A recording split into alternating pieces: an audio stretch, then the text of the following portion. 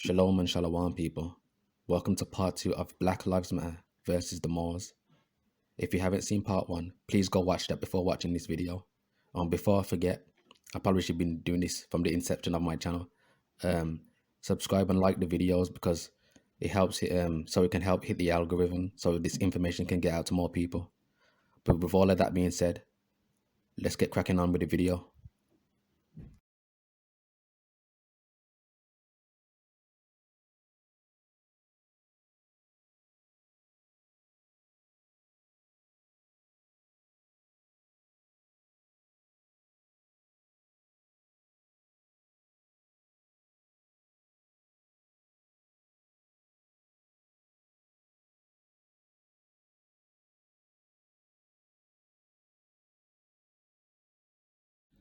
So we're going to go through this article right here.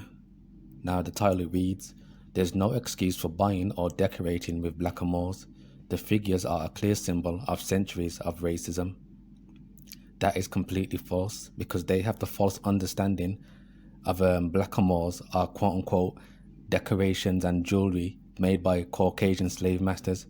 But we're going to read the article to see where they're coming from.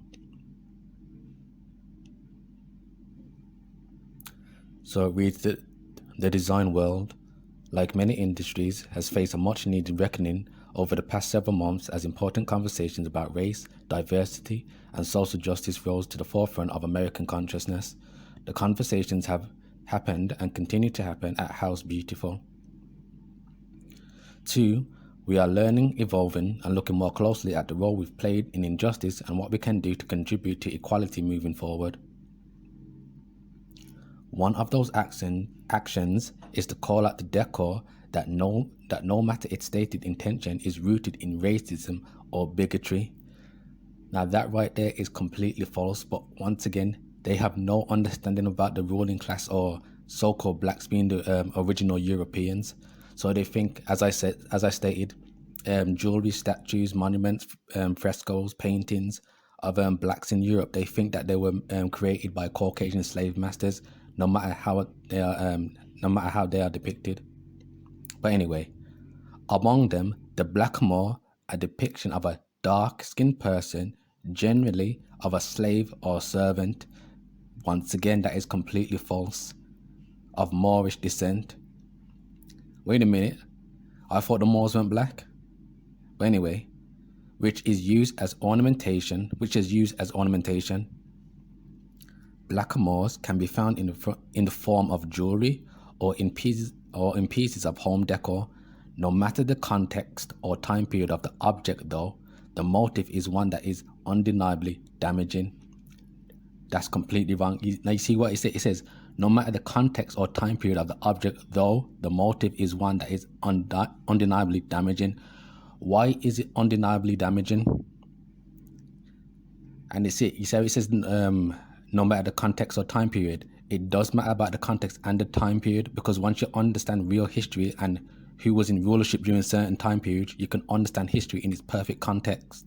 But anyway, they might have become synonymous with old world luxury, but these items exploited servitude as ornamentation, says Adrian L. Childs, PhD, an art historian, curator, and author of the forthcoming book, Ornamental Blackness of the Black Body in European Decorative Arts. Blackamoors began appearing in European decorative art in the 17th century.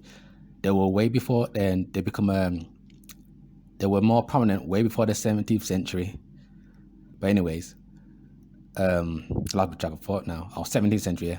They became popular in aristocratic homes, including the court of Louis XIV, at times where Europeans were engaged in the slave trade. Now you see what the problem is here. They think because these Blackamoor statues were found in aristocratic homes and in the court of Louis XIV, that they were basically quote-unquote exotic slaves. But they don't know that the aristocrats and Louis XIV were so-called black.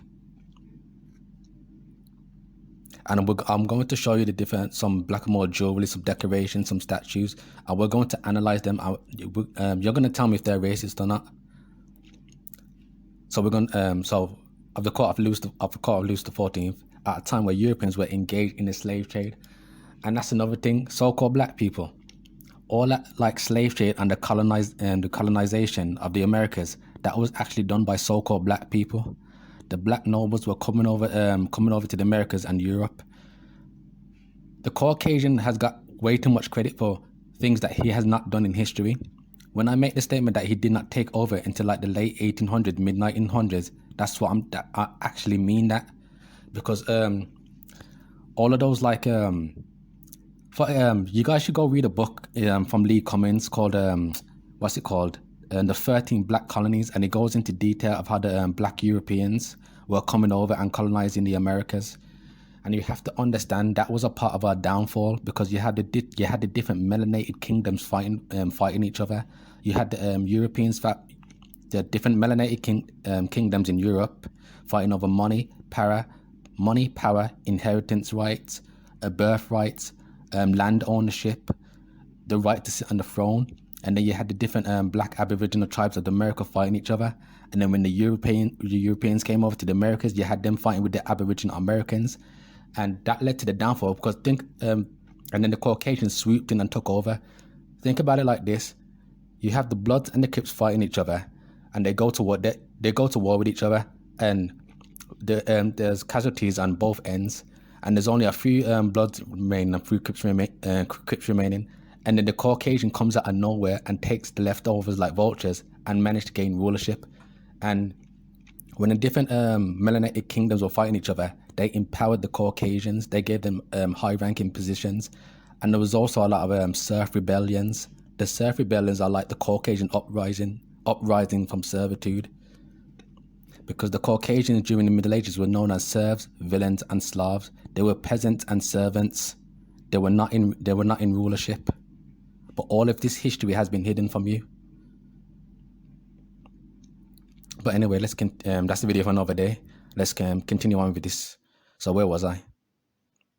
Oh yeah, when Europeans engaged in the slave trade, the notion of exotic black body became a symbol with baroque ostentation. Charles says, early Blackamoor figures made from expensive ebony and silver were almost always shown in servile positions. That, once again, that is also completely false. They were not in servile. Just because you see a statue of a black man holding, you see, they think that black equals slave. So when they see a so-called black man holding a tray out, they think he's a servant. And I'm going to show you the different statues illustrating that. But this is what happens when you've been taught black is slave and all you ever were was slave, because all you see yourself is a slave, no matter how an image is depicted of yourself. But anyway, always shown in servile positions as the base, as the base of the table, or supporting a candelabra, or even acting as a seat. Basically, they were used as figure supports, the same way that you might have seen a dolphin or a cherub holding up a table. That's all false. The so-called blacks just made statues of themselves, man. That's all it is. It's not that complicated. Not every so-called black statue is a slave.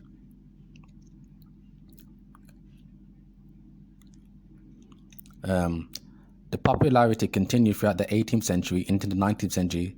An entire history of more cheaply made Blackamoor decor, kitschy knockoffs of the original, says Charles, emerged in Venice. And by the 20th century, as American designers embraced the neo-Baroque movement, they also embraced the Blackamoor. It's something you might see in a Park Avenue apartment as a throwback to that time, Charles notes. So we don't need to read any more of this article. We're going to go through the Blackamoor statues, the candles, and the jewelry.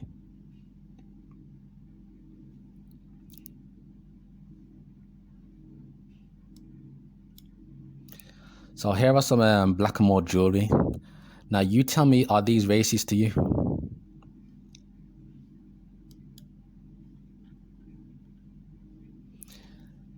You see brooches like this. They think that these are like exotic slaves that the Caucasians made. Why would Caucasians make jewelry of their slaves?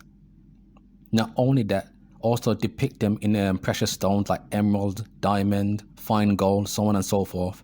We're going to take a look at some more. Now you see all of these. Did these look racist to you? And I've always stated, if these were founded and made in Africa, you would say that this is just a piece of African jewelry, but because it's in Europe, it automatically becomes a slave, even though it's depicted wearing fine, as I said, it's depicted wearing fine gold, fine jewelry, emerald, sapphire, so on and so forth.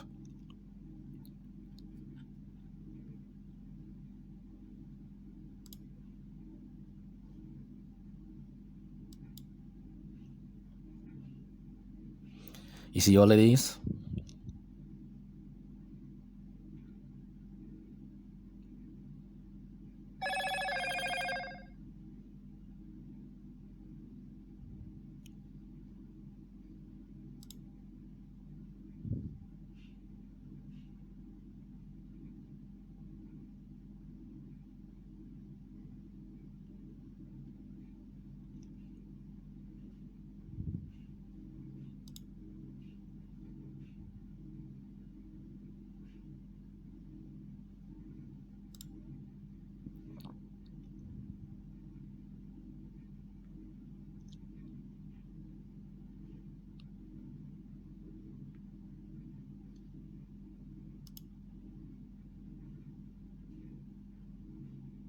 Look at this, a pure diamond brooch.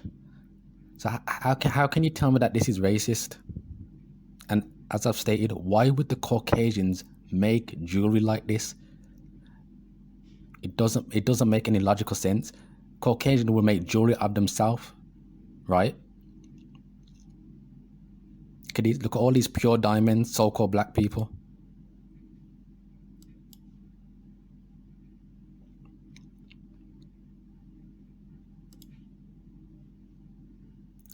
Look at this one. Diamond and pearl antique necklace. The dude's dripped up. You're telling me that the Caucasians made this jewelry here and decided to drip him up? Always pay attention to how the image is depicted. I sound like a broken record saying this because I'm pretty much saying all of my videos.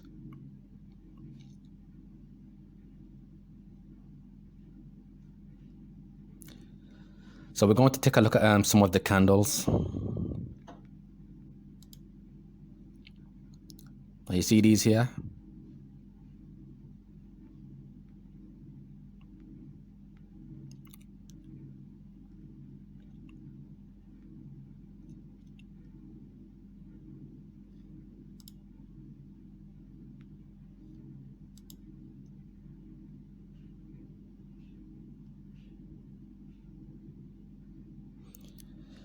These are not racist. These are just statues of so-called black people, because during the Middle Ages all the way up to the mid-1800s, so-called blacks were in rulership and they made statues of themselves. Caucasians did not make statues of so-called black servants. That is completely false.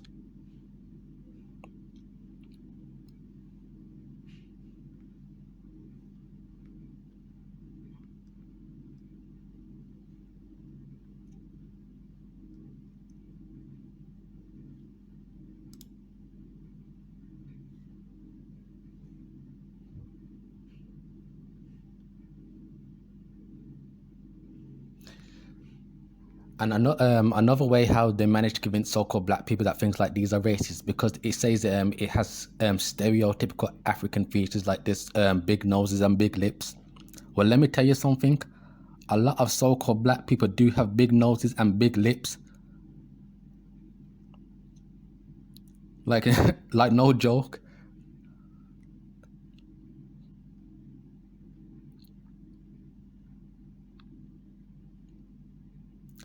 You know, you will see a statue with a so-called black man or woman with a big nose and big lips, and they think they are portraying so-called black people in that stereotype, not knowing that so black people do have some so-called black people do have big noses and big lips, like just straight up.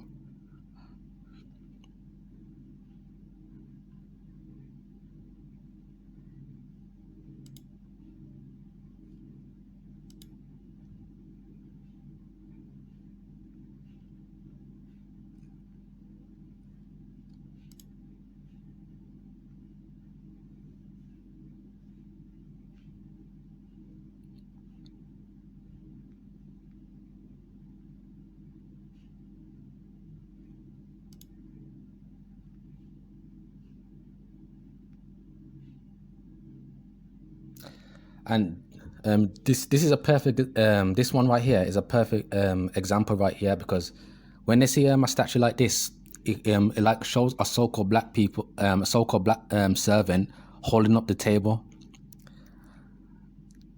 As I stated, these are just decorations of so-called black people, of black statues, so-called.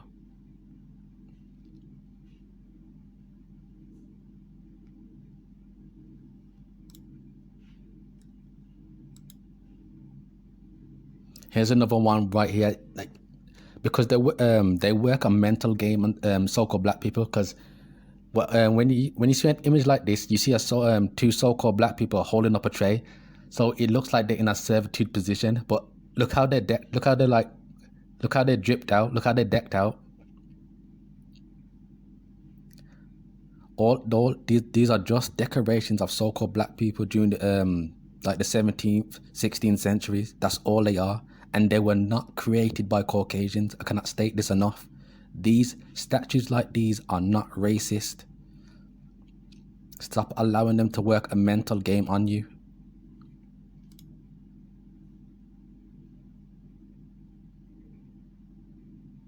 You see, here's a clock right here, a mantle clock.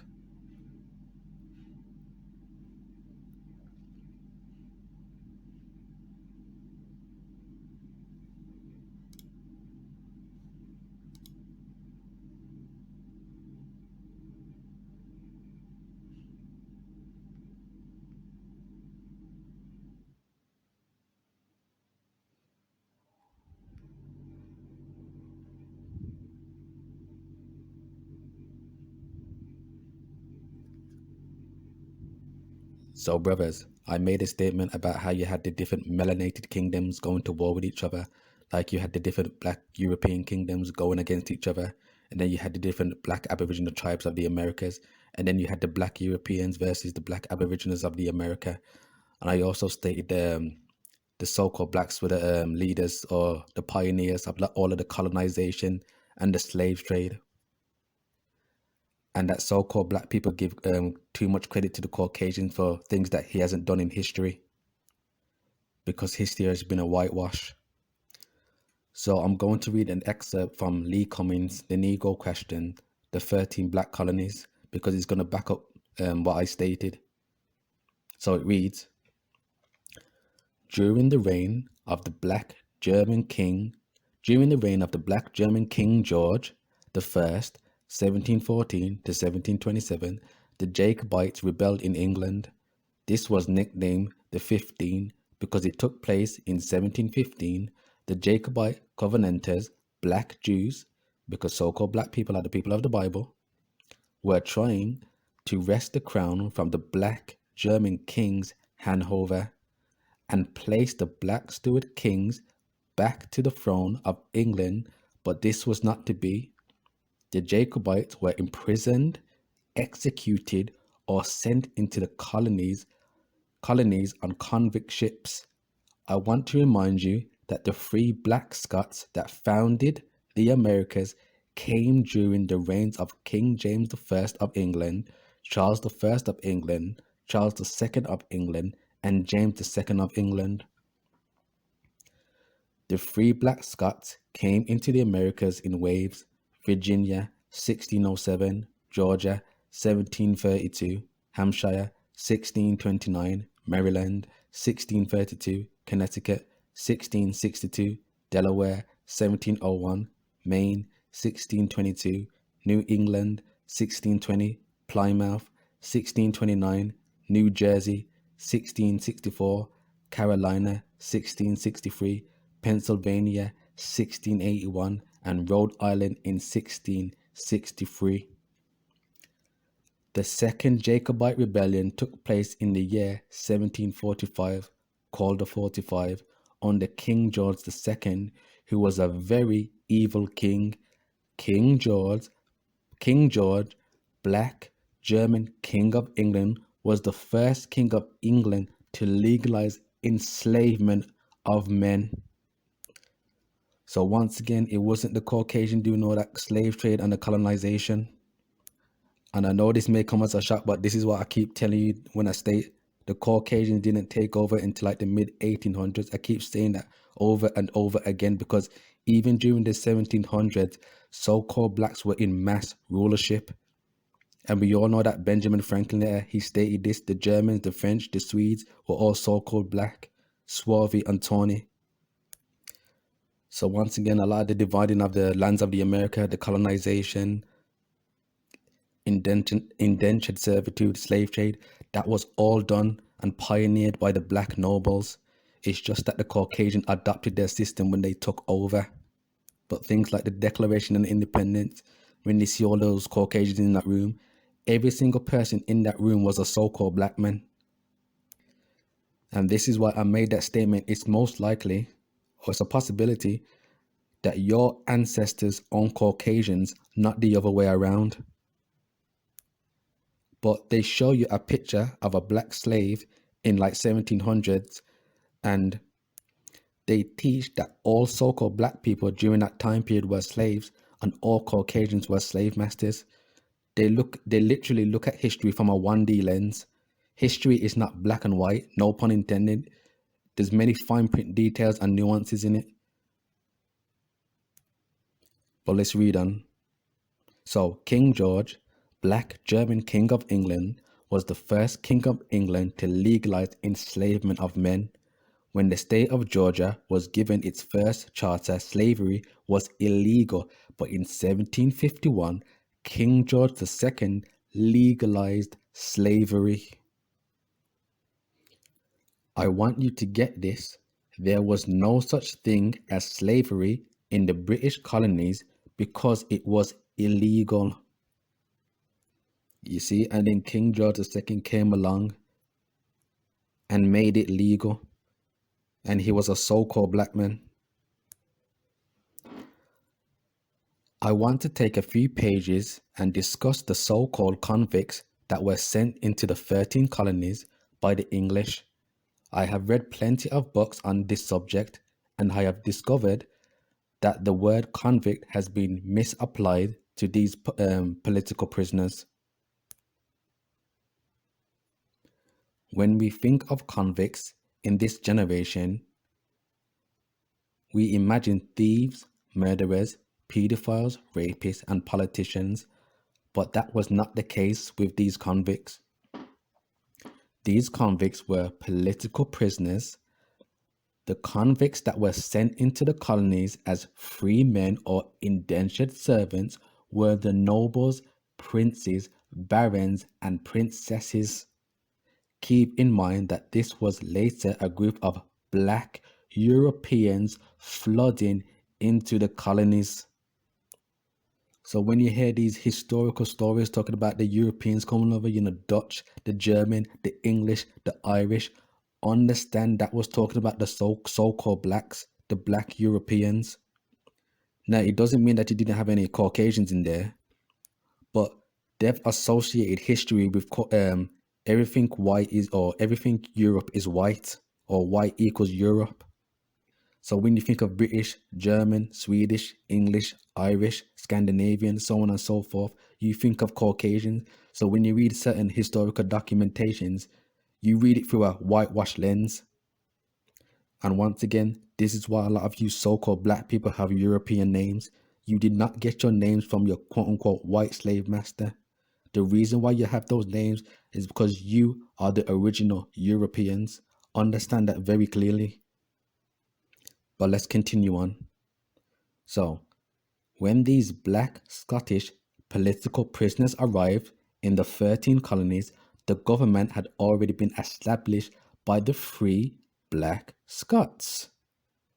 In the book of Isaiah 23:13, it reads, "Behold the land of the Chaldeans, the land was not till the Assyrians founded it for them, that dwelled in the wilderness.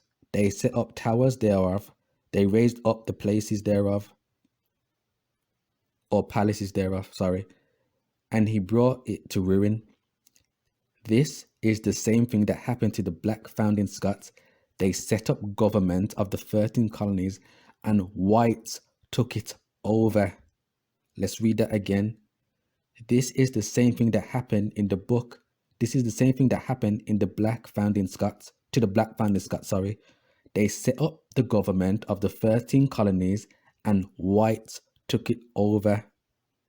So once again, the colonization, slavery laws, Declaration of Independence, all of that jazz was all done by the black nobles. It's just that the Caucasians took over that system. So this is an excerpt from the book 100 Amazing Facts About the Negro. So it reads, in 1860, there were 487,000 free Negroes in the United States, some of whom owned slaves. Once again, some of those who owned slaves. This is why I stated that history is more nuanced and there's more fine print details. Just because you see a black slave family or a black slave in the 1600s, that doesn't mean that all so-called black people were enslaved during that time period and all white people were slave masters. And just because you see a black slave, that doesn't mean that that black slave is owned by Caucasian. That black slave could have been owned by a black slave master. You understand? History isn't black and white like that, no pun intended. There's too much nuance to it. But anyway, Wilson estimates that there were 6,230 Negro slaveholders. The tax returns of the Charleston for 860 showed 132 Negro slaveholders with 300 slaves. The Negro slaveholders, like the white ones, you see, you had white slave masters and black slave masters, fought to keep their chattels in the Civil War. So once again, when I make that statement, it's most likely that your ancestors had Caucasian slaves. This is what I'm talking about. But they want you to think that black equals slave and associate everything slavery with black. So as I've stated, when they show you a family of a black person or a black family in like the 16, 17, 1800s, they're going to tell you it's a slave. You could just be looking at a regular black family who took a photo for a census, but they're not slaves. They're just a common family. But they're going to tell you that they're slaves because they want to reinforce slave narrative into your mind. But once again, even if you see a picture and it is a black slave family, it doesn't mean that all so-called black people during that time period were slaves. I cannot state this enough. And you guys should go check up a YouTube channel called Elijah Ivory Yasharel. That's Elijah Ivory Yasharel. Because he brings out these books for those of you who do not have these books or who don't have the time to read all the information in these books.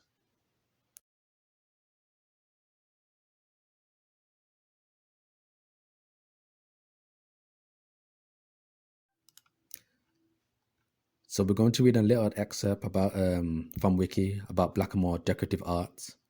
So it reads, the Blackamoor is a type of figure in European decorative arts from the early modern period, depicting a black man. Common examples of the item and objects decorated in the Blackamoor style include sculpture, jewelry, and furniture. Typically, the sculpture figures carried something such as candles or a tray. They were thus an exotic and lightweight variant of the atlas in architecture and decorative art, especially popular in the Rococo period, if I'm even pronouncing that word right. The term Blackamoor or Blackmoor was once a general term for black people in English, formerly without deprecatory force. So what they're basically saying is it wasn't a derogatory term, the term Blackamoor or Blackmoor, but you know how they do? They change the meaning of words to hide history. And they always have to put a slave narrative on anything that is so-called black, especially if it's in Europe. So the style is now viewed by some as racist and culturally insensitive. Now you see, let's read that again.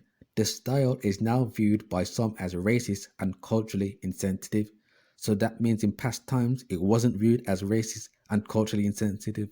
So why is it viewed as racist and culturally insensitive now? However, Blackamoor pieces are still widely produced mainly in Venice, Italy. In jewelry, Blackamoor figures usually appear in antique Venetian earrings, bracelets, and cufflinks, and brooches. Blackamoor jewelry is traditionally produced based on the legend found in Rijeka, such as earrings and brooches under the name Morik or Mirisik, however it's pronounced. Some contemporary craftspeople continue to make individual pieces.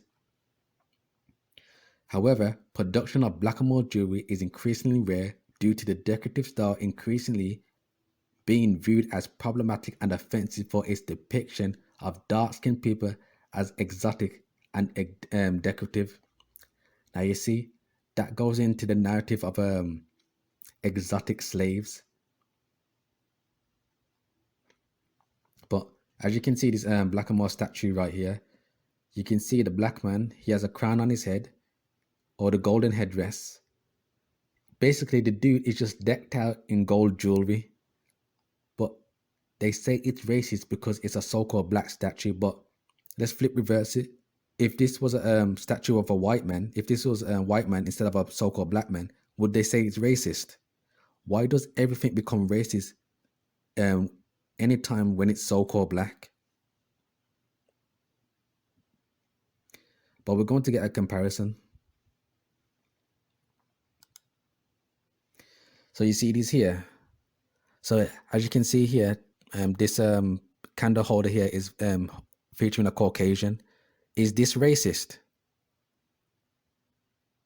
They're not gonna say that this is racist. They're just gonna say this is just a candle holder with a Caucasian on it. But if this was black, they would say it's racist.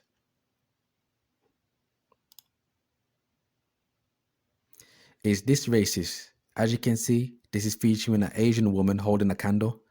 Is this racist? No, they're just gonna say that this is just Chinese, Chinese, a Chinese candle holder. It's just decorative art. But when it's so-called black, it becomes racist.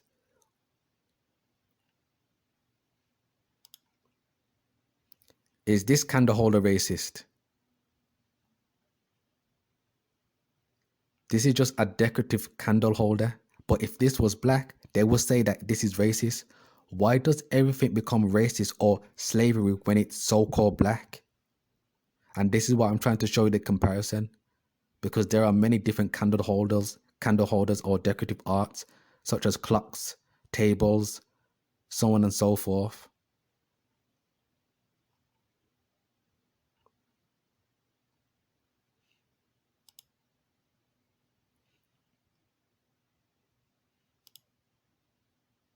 This is a Buddha statue candle holder. Is this racist?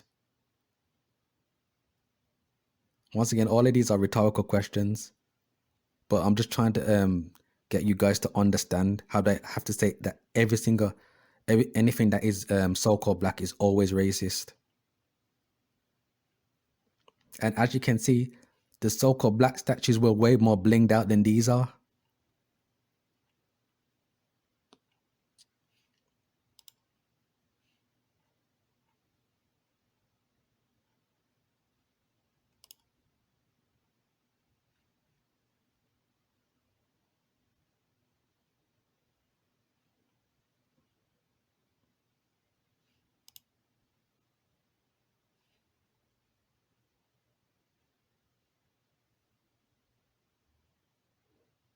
See, look at all of these different candle holders.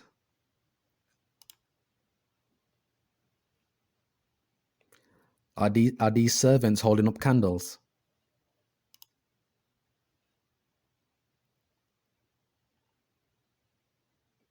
How come when it's black it becomes a servant, but when it's like Chinese or Caucasian, it's just decorative art on a candle? You see what they do?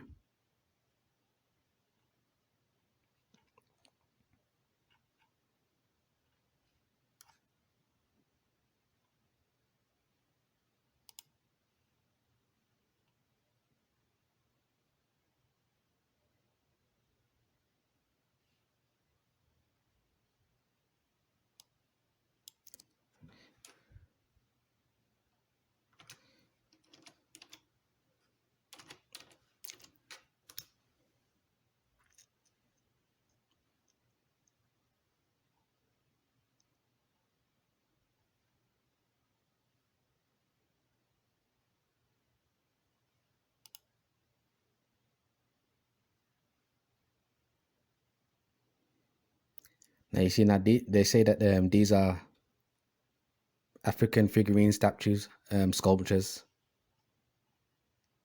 Now they're probably not going to say that this is racist because this is in Africa, and that's another thing also. I've always I've always I've always stated, if let's go back to it. If this was found and located in Africa,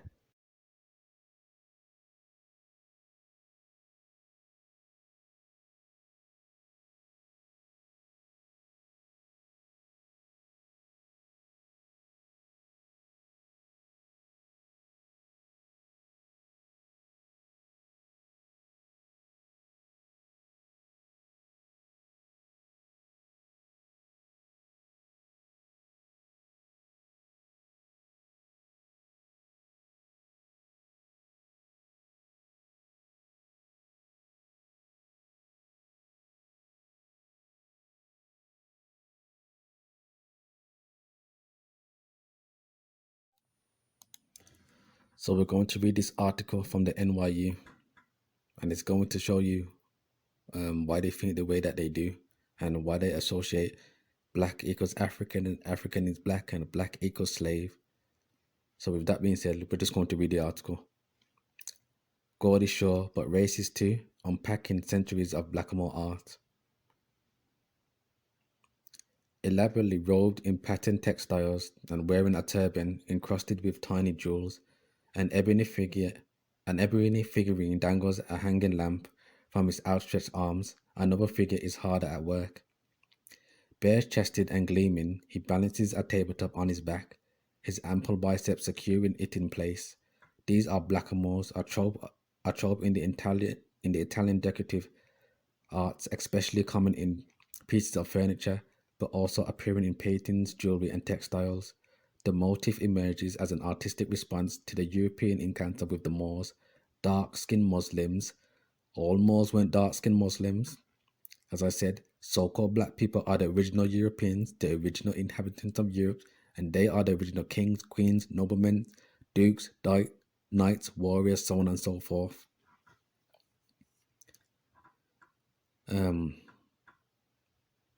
And this goes into the narrative of calling everything black African. But anyway, European encounter with the Moors, dark-skinned Muslims from North Africa and the Middle East who came to occupy various parts of Europe during the Middle Ages, commonly fixed in positions of servitude as footmen or waiters. For example, the figures personally fantasize a racial conquest. No, it does not. That is a complete false statement. Now you see these statues right here. Our people, and even the Caucasians, but we're mainly focusing on our people, they think because they see two black statues like this holding up the table or the tray, they think that these are black servants. But let's flip reverse it. If these were white, you wouldn't say that they're servants. You would just say this is a piece of decorative art. So why, when it's black, it always becomes a servant. It always becomes a slave. And that's how our people think, because our people have no idea about so-called blacks being the original Europeans. They think all so-called black people come from Africa. And even a statue like this, as you can see, the black man is holding up the table, and they would tell you that this is a slave, and all it is a piece of decorative art. That's all it is. It's not a slave. And as I said, just flip reverse it. If this was a white statue, if this was a statue of an Asian person, you wouldn't say it's racist. But because it's black, you say it's racist, especially if it's located in Europe. Because once again, you associate Europe with white and Caucasian with white, and that's not fact. Caucasians are not the original Europeans, never have and never will be.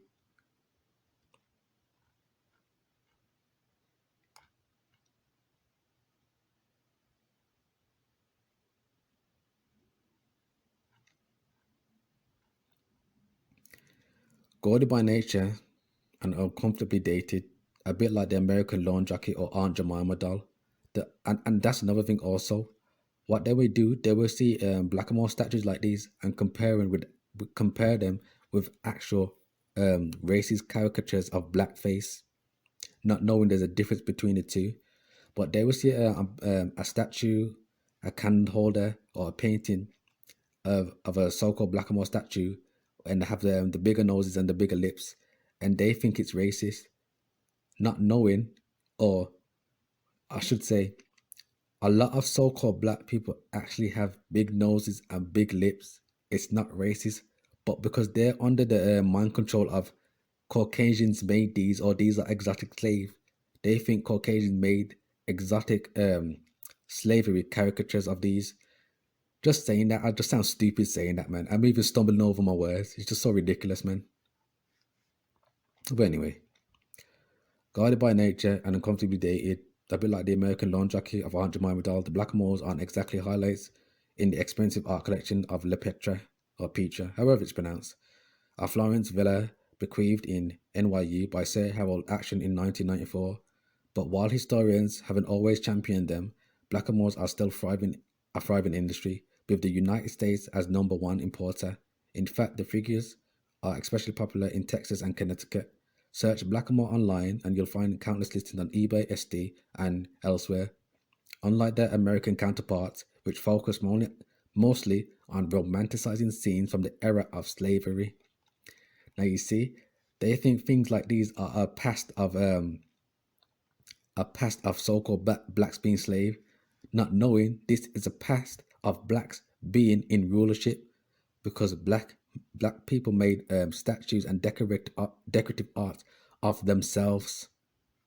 These statues, these candle holders, these lamp holders, they are not slaves once again. They're just decorative art.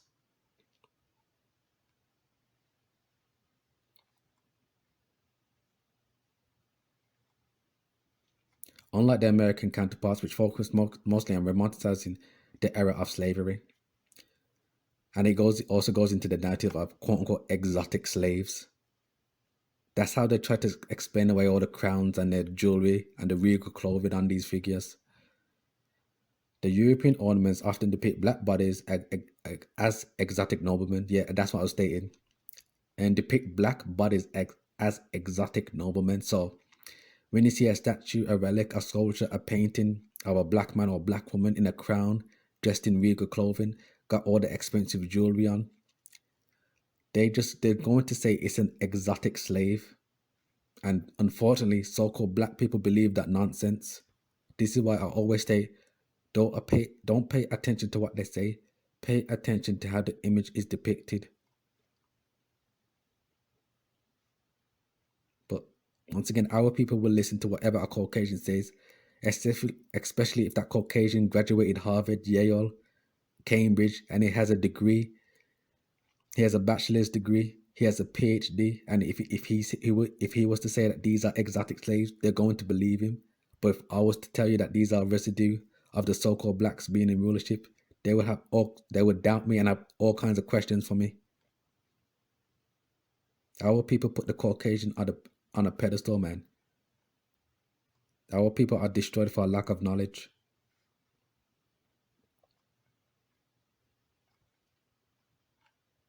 Where was I?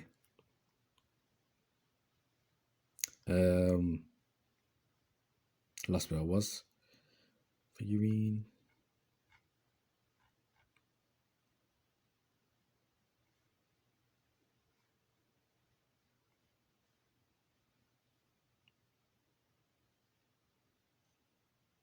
Which focus on mostly on romanticizing scenes of era of slavery. These European ornaments often depict black bodies as exotic noblemen, and now everyone considers them past.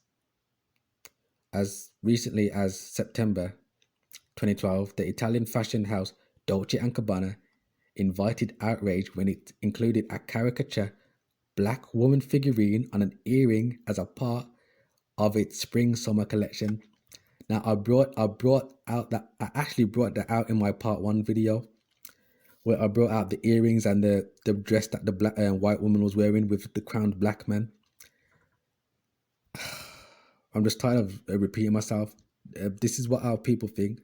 They think because Caucasians own Blackamoor candle holders or decor like this, or if they have Blackamoor earrings or a shirt that has a crowned black man on, they automatically think that Caucasians are wearing slaves. And that goes into the narrative that every single white person is a slave master, and all white people descend from slave masters, and all black people everywhere were slaves. And this is, and you don't even realize intrinsically you're putting Caucasians on a pedestal, and you don't even realize it, because you're basically saying that they're your masters when you have that mentality.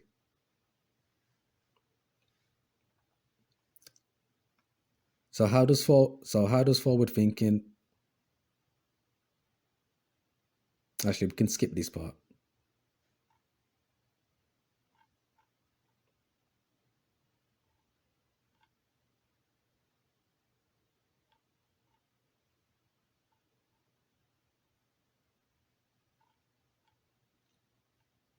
So there we go.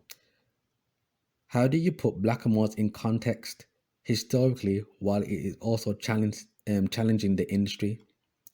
It's important to understand that Blackamoors emerged as a response to the Moorish occupation of Europe.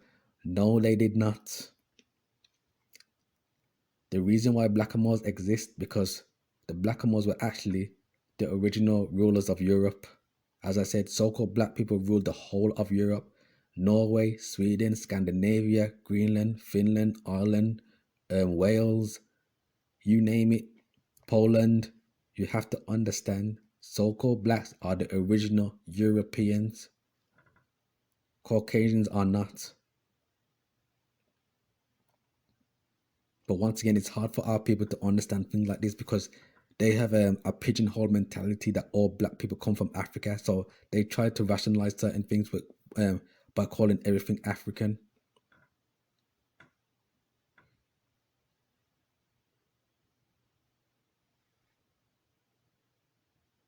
And as I've stated, a lot of the occupation and wars were actually fought by the different melanated kingdoms in Europe. It was so-called black people versus so-called black people. As I said, the Caucasians were known as serfs, Slavs, peasants, and villains. They weren't rulers, they weren't the knights, they weren't the noblemen, they weren't the aristocrats.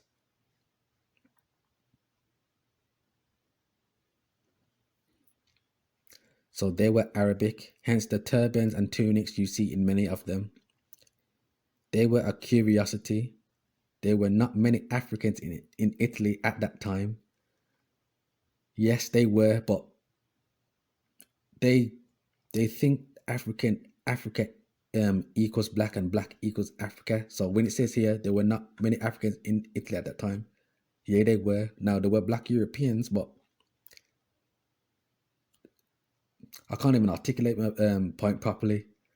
Basically, so-called blacks ruled Europe, as I've stated. So there were, but as I said, they associate everything black with African, so they have to call every African black. You guys know what I mean. So there were not many Africans in Italy at that time. So that's where the tradition came from. Today, there is a much larger African population in Italy. And a lot of those people, a lot of the African population in Italy are actually the original people that were in that land. One that is often marginalized. So to continue to practice the craft as it existed back then, to say that Africans are more acceptable as pieces of art, as fellow citizens. Now you see that. Let's read that again. African population that in Italy, one that is often marginalized. So to continue to practice the craft as it existed back then, to say that Africans are more acceptable as pieces of art as than fellow citizens, that attitude we want to challenge. So you see, this is where I keep saying they think Caucasian made art jewelry like this, of romanticizing blacks as slaves. That's the point I'm trying to hammer into you so-called black people that are new to this information. Caucasians did not make Blackamoor jewelry. Blackamoor jewelry was made by the ruling class blacks. They made jewelry and art of themselves.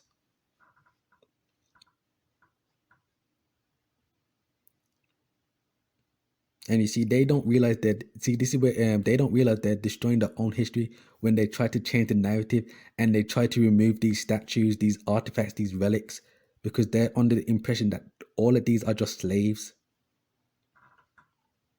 And as I said, they fell for the narrative when a black man wears a crown, is dressed in regal clothing. They fell for the narrative that that's just an exotic slave that the Caucasians made. It's very unfortunate, man.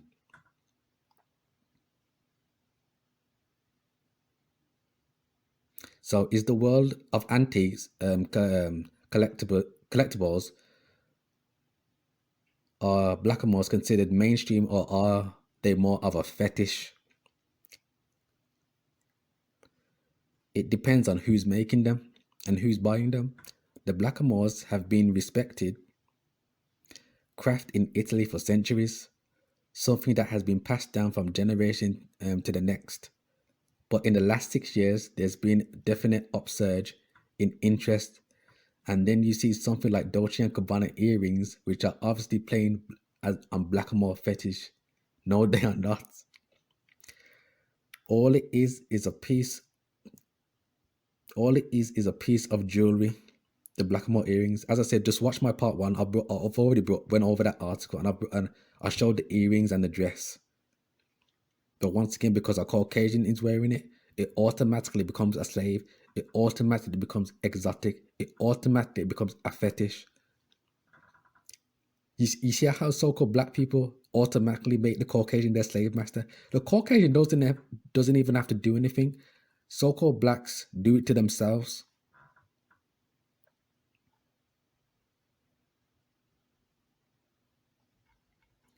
Now, there's something else in this article I wanted to bring out. See if I can find it.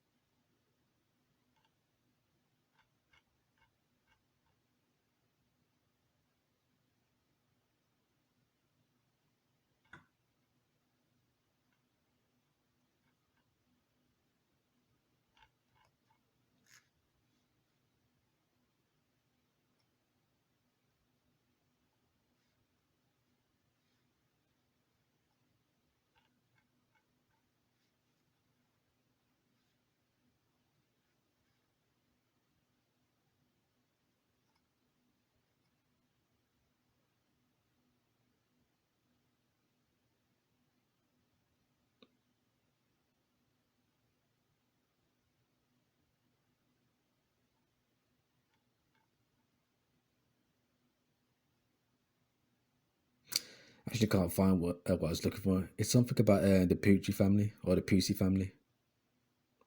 Oh, I think it's here. So, were there any reactions to local or international that surprised you? Everyone was so open to working with us.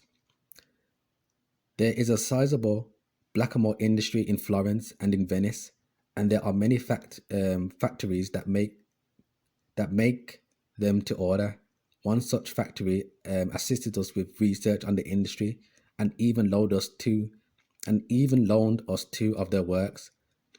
There are also families in the cities who keep Blackamoor collection as heirlooms.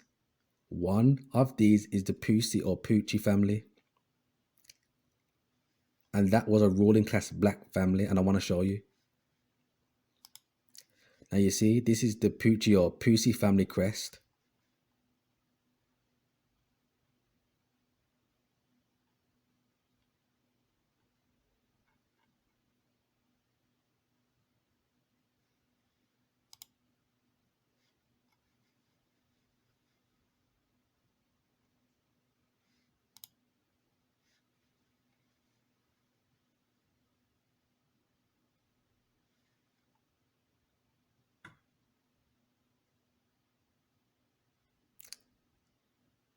But our people will think this is just probably a conquered African slave that they decided to put on their crest. But anyways, I'm done with this article, man.